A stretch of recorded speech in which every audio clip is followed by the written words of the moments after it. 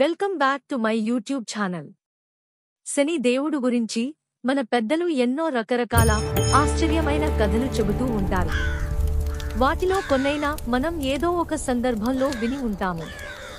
శని పట్టిన వారికి అనేక కష్టాలు కలుగుతాయని, శని వదిలి వెళ్లిపోయిన వెంటనే కష్టాలు కూడా మాయమవుతాయని మనవాళ్లు చెబుతూ ఉంటారు. ఇప్పుడు అలాంటి ఒక చక్కని కథతో మీ ముందుకు వచ్చాను. ఇంకా ఆలస్యం చేయకుండా కథలోకి వెళ్ళిపోదామా? అనగనగా మనోహరుడు అనే 50 ఏళ్ల వ్యక్తి ఉండేవాడు. అతనికి జ్యోతిష్యం చెప్పడం బాగా వచ్చు. అందుచేత తనకు ఏ రోజున ఏమీ కష్టం రాబోతుందో ముందుగానే తెలుసుకుని చాలా జాగ్రత్త పడుతూ ఉండేవాడు. అయితే ఒకరోజు మనోహరుడు రోజు విధంగానే ఉదయం లేచి తన జాతకాన్ని చూసుకోగా తనకు ఏలినాటి శని ఉందని, అది మరికొన్ని రోజుల్లో తనకు పట్టబోతుందని తెలుసుకున్నాడు. ఏలినాటి శని అంటే శని 7.5 సంవత్సరాలు విడవకుండా మనిషిని పీడించడం అన్నమాట. అయితే మనోహరుడు ఈ సంగతి ముందుగానే తెలిసిపోయింది కదా తనకి. అందుకే శని దేవుడు తనను వచ్చి పెట్టుకోకముందే శని దేవుణ్ణి ప్రసన్నం చేసుకోవడానికి తపస్సు చేయటం మొదలెట్టాడు. అలా తపస్సు చేయగా ఒకనాడు అతనికి శని దేవుడు కలలో కనపడి ఏమి కావాలని అడిగాడు.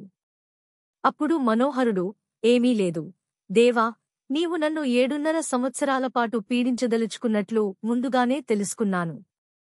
అలా పీడించకుండా నన్ను వదిలేయమని కోరుతున్నాను అన్నాడు. అప్పుడు అదెలా కుదురుతుంది? కావలిస్తే నువ్వు ఇంతగా ప్రార్థించావు కనుక నేను నిన్ను 7.5 సంవత్సరాల బదులు 3.5 సంవత్సరాలు మాత్రమే పీడిస్తాను అని చెప్పి శనిదేవుడు మాయమైపోయాడు. మన మనోహరుడికి అప్పటికి తృప్తి కలగలేదు. మళ్లీ మొదలెట్టాడు తపస్సు. ఇది వరకటిలాగే మళ్లీ శని కలలో ప్రత్యక్షమే, ఏమయ్యా మానవా, ఇంకా ఏమైనా వరాలు కావాలా ఏమిటి? మళ్లీ తపస్సు కొనసాగించావ్ అని అడిగాడు.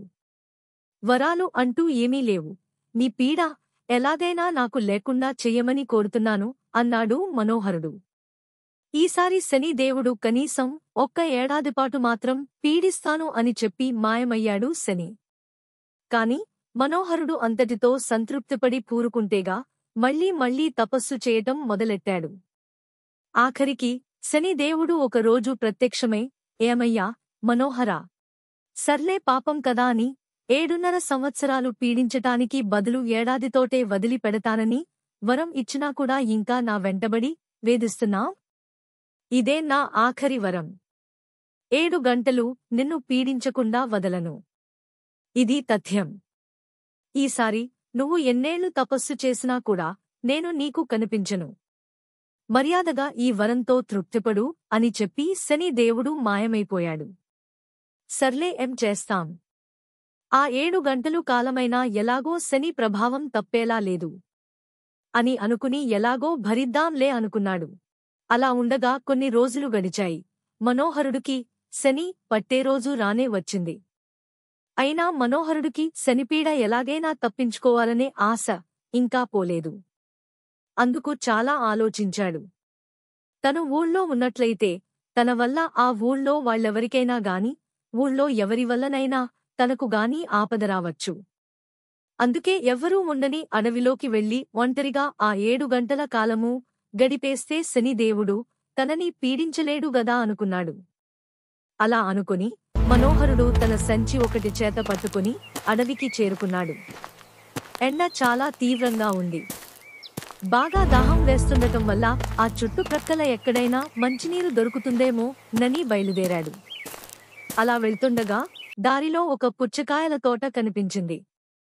ఆ తోట కాపరిని అడిగి ఒక పుచ్చకాయ తీసుకుని సగం తిని మిగతా సగం తన సంచిలో పెట్టుకుని మళ్లీ బయలుదేరి వెళ్తున్నాడు. అయితే అలా వెళ్తుండగా అడవి దారిలో ఒక పాడుపడిన పెద్ద గుడి కనిపించింది.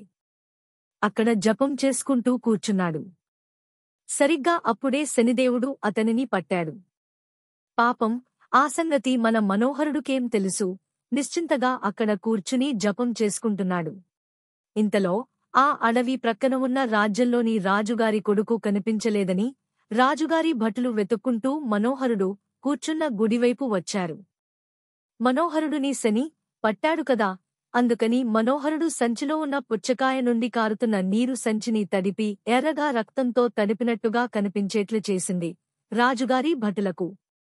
భటులు ఆశ్చర్యపోయి ఆ సంచి విప్పి చూశారు. ఇంకేముంది?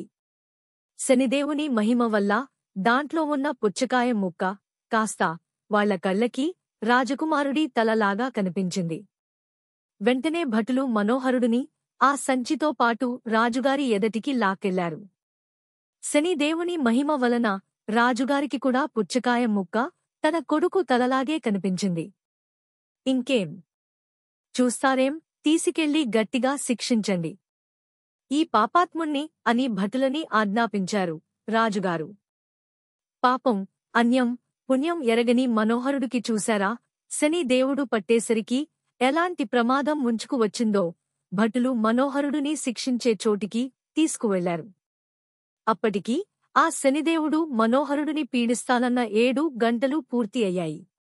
అలా 7వ గంట పూర్తి కావడంతోనే అప్పటివరకు రాజుకొడుకు తలలా కనిపిస్తున్న పుచ్చకాయ ముక్క యథాప్రకారము పుచ్చకాయ ముక్కలా కనిపించడం జరిగింది. అంతేకాదు, ఎక్కడో ఆడుకోవడానికి వెళ్లిపోయిన రాజుకొడుకు కూడా తిరిగి అక్కడికి చేరుకున్నాడు. ఇదంతా చూసిన రాజు చాలా ఆశ్చర్యపోయాడు. మనోహరుడికి ఆజ్ఞాపించిన శిక్షని నిలిపివేసి అసలు ఇలా జరగటానికి కారణమేమిటని మనోహరుడుని అడిగారు. మొదటినుంచి జరిగినదంతా మనోహరుడు పూసగుచ్చినట్లు చెప్పి అంతా శనిదేవుని మహిమ అని అన్నాడు.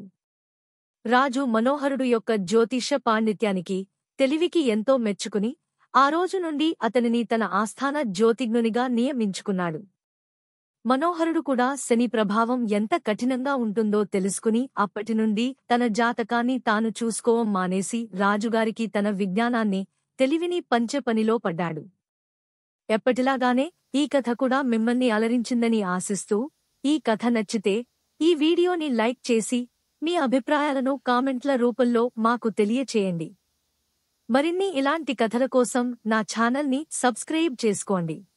నన్ను మీ మద్దతుతో మరింత ముందుకు నడిపిస్తారని కోరుకుంటూ సెలవు.